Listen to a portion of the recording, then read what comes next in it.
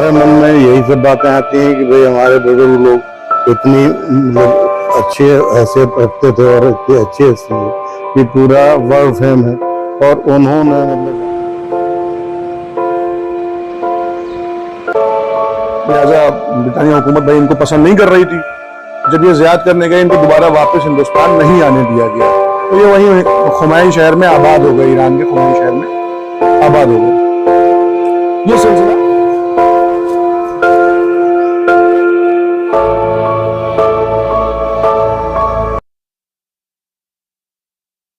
Iran के supreme धार्मिक नेता रुहुल्लाह आयतुल्लाह खुमैनी के पूर्वजों का उत्तर प्रदेश की जमीन से गहरा नाता है। किंतुर की धरती से ईरान के सर्वोच्च धार्मिक नेता रहे रुहुल्लाह आयतुल्लाह खुमैनी का नाता रहा है। इस गांव के लोग इजराइल के विरोध में हैं और ईरान की जमकर प्रशंसा कर रहे हैं। हालांकि आयतुल्लाह खुमैनी कभी इस गांव में नहीं आए, मगर उनके पूर्वजों की पीढ़ियां तमाम दस्तावेजों और यादों को संजोए हुए हैं।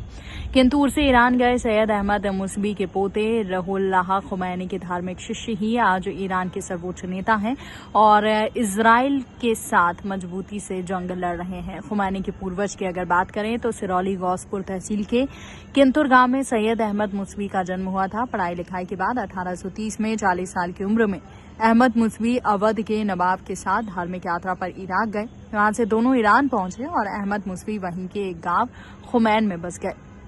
उनके पूर्वज बताते हैं कि अहमद मुसवी ने अपने नाम के आगे उपनाम हिंदी जोड़ा ताकि यह एहसास बना रहे कि वे हिंदुस्तान से हैं। उन्हें शेरो शायरी का काफी शौक रहा, जिनकी शायरों की चर्चा आज भी होती है। परिवार बताता है कि मुसवी साहब को हिंदी से अत्यधिक लगाव था, जिसके चलते उन्होंने अपने नाम के आगे हिंदी जोड़ा। इसके बाद लोग उन्हें सैयद अहमद मुसवी हिंदी के नाम से जानने लगे। मैंने साहब का रिश्ता जो है बाराबंकी की किंतूर जमीन से मिलता हुआ है जी। जो जानकारी मिली है आप 8वीं पीढ़ी हैं जी क्या ये सिलसिला था, कैसा उनका यहाँ से संबंध था जी थोड़ा सा इसके बारे में बताएं। देखिए नीतीश जी, सबसे पहले तो आपका बहुत धन्यवाद कि आप इतनी दूर से चल के आए हैं हमारी किंतूर की सरजमी पे।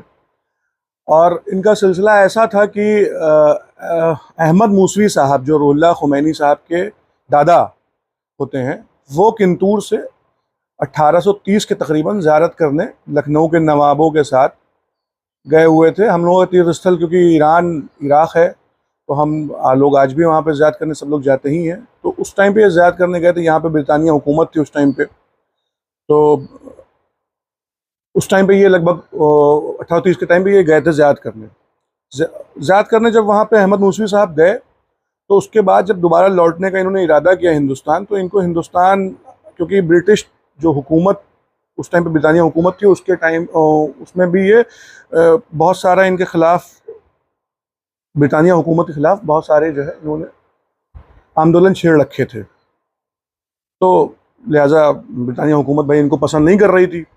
जब ये ज़ियारत करने गए इनको दोबारा वापस हिंदुस्तान नहीं आने दिया गया, तो ये वहीं खुमैन शहर में आबाद हो गए, ईरान के खुमैन शहर में आबाद हो गए। ये सिलसिला किंतूर से इनका है। और जो आप रुहुल्लाह खुमैनी साहब का जिक्र आपने किया, वो इनके अहमद मुसवी साहब इनके दादा होते थे। अच्छा, मेरा या हम लोगों का जो यहाँ पे जुड़ा हुआ, हमने अपने आबा और अजदाद से, अपने बुज़ुर्गों से ये सुन रखा है कि वो हमारे जो मोहम्मद कुली मुसवी साहब हमारे जो दादा होते हैं, 7वीं पुश्त पहले, मतलब हम 8वीं नस्ल है उनकी, तो वो उनके चचेरे भाई अहमद मुसवी साहब थे। तो ये सिलसिला उनका किंतूर से है। किंतूर को लेकर बात करें तो कई जगह पर चर्चाएं ये चल रही हैं कि आपका आवास परिसर दिखाया जा रहा है, कई चीजें दिखाई जा रही हैं कि यहाँ पर वो रहे, तो नहीं, इसके बारे में क्या नहीं, क्या बात है? ये जो है कहना मुनासिब नहीं होगा। और मेरा ये परिसर तो जब बहुत पुरानी बात है, क्योंकि 7-8 पुश्तों के पहले की बात है, तो इतना कोई कह नहीं सकता, क्योंकि एक तारीखी गांव है किंतूर। यहाँ पे लगभग 550 घर के करीब हुआ करते थे अहले तशय्युह के। तो ये पूरा एक मोहल्ला है सैयदवाड़ा। तो ये बेसिकली हम ये तो नहीं कह सकते कि ये घर है, बहुत बड़ा मोहल्ला था और बहुत आबादी थी यहाँ पे, तो कौन सा घर है ये हम बेसिकली नहीं कह सकते। हाँ, ख़ानदान आबा अजदाद वो हमारे हैं, शजरे से हमारे हैं, वो एक कहना मुनासिब है। ये हम नहीं कह सकते कि ये बेसिकली यही उनकी घर था या ऐसा कुछ। जी, मुसवी साहब के बारे में जैसा संज्ञान में आया, पता चला लिखने का शौक था जी। और उनकी शायरियाँ जी कई कह लीजिए ब्रिटानिया हुकूमत को भी चोट पहुंचाती थी, जी। शब्दों के माध्यम से बड़ा प्रहार करते थे। कई सारी उनकी अच्छे अच्छे शेर व शायर हैं, कलाम है उनके, और वो भी हम आपको दे भी देंगे। ऐसा है कि उनको मतलब हिंदुस्तान से इतनी मोहब्बत थी, रग़बत थी कि जो है वो अपने नाम के पीछे इसीलिए हिंदी लगाते भी थे। उनकी तमाम शेर व शायरियों में अपने रुहुल्लाह ख़ुमैनी हिंदी का ज़िक्र वो लगाते थे नाम के पीछे। उनके तलफ़्फ़ुज़ था, उनका तख़ल्लुस था उनका हिंदी लगाना। और जो है उनके दादा जो थे अहमद मूसवी साहब, वो भी जो है अपने नाम के पीछे हिंदी जो है लगाते थे। कोई हिंदुस्तान से मोहब्बत थी भाई उनको, उनकी मिट्टी थी ये। जी।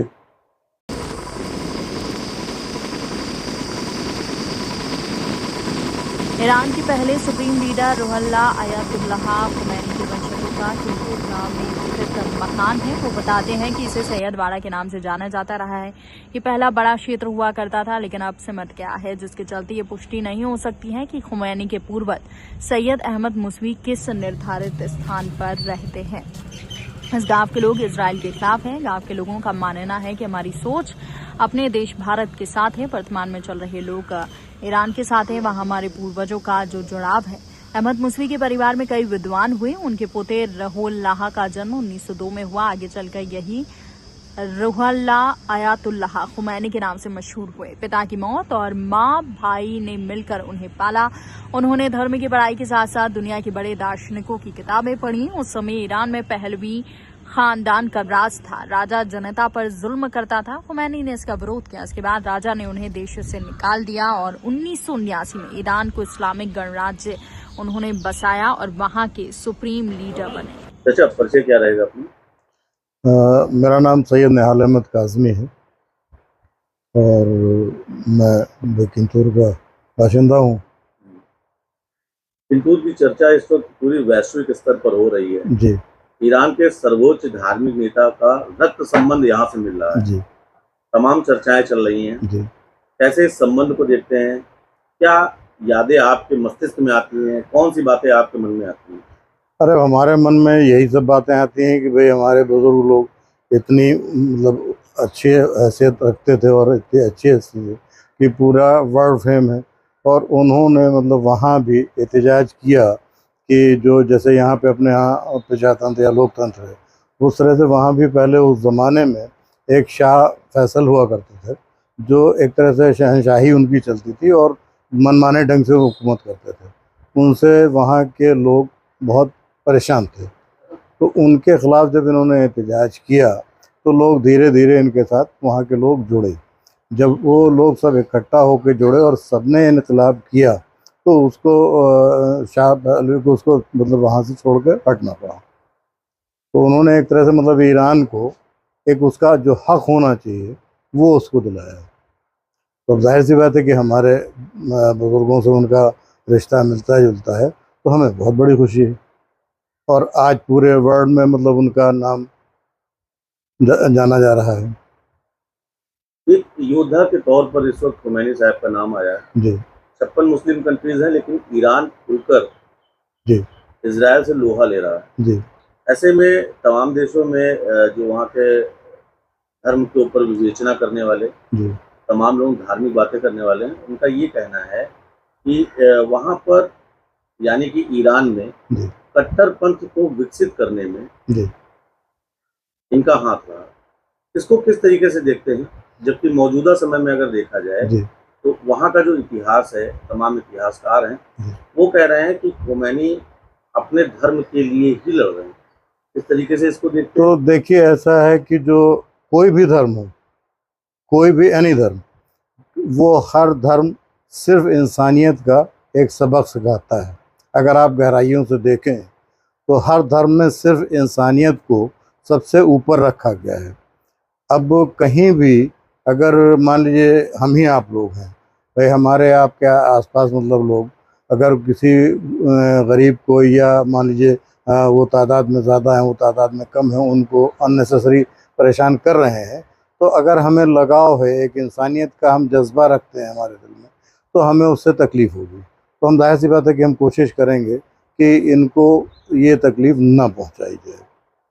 तो उनका सिर्फ ये एक जज्बा था इंसानियत का, बाकी न कोई उनको इसकी ख्वाहिश थी कि हम शहंशाह बना दिए जाएं या हम पूरे मतलब उस पर राज करें।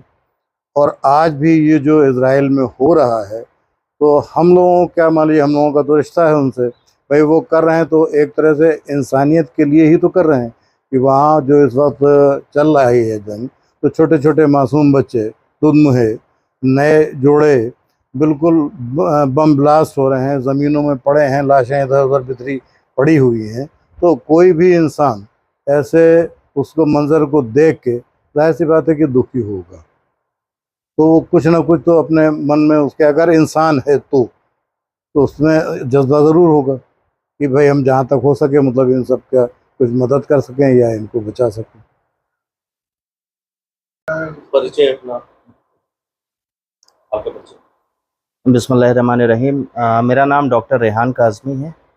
मैं सैयद निहाल काज़मी जी का भतीजा हूँ और रसूलपुर का निवासी हूँ।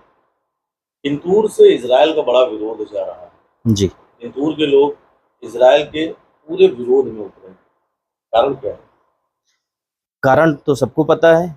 कारण ये है सबसे बड़ा कि इमाम ख़ुमैनी, जिनके दादा किंतूर से ही माइग्रेट करके ईरान वापस गए थे और ख़ुमैन शहर में बसे, तो और उनके पोते ने फिर ईरानी क्रांति में अहम किरदार अदा किया और सबसे बड़ा किरदार अदा किया और ईरान को आज़ाद कराया।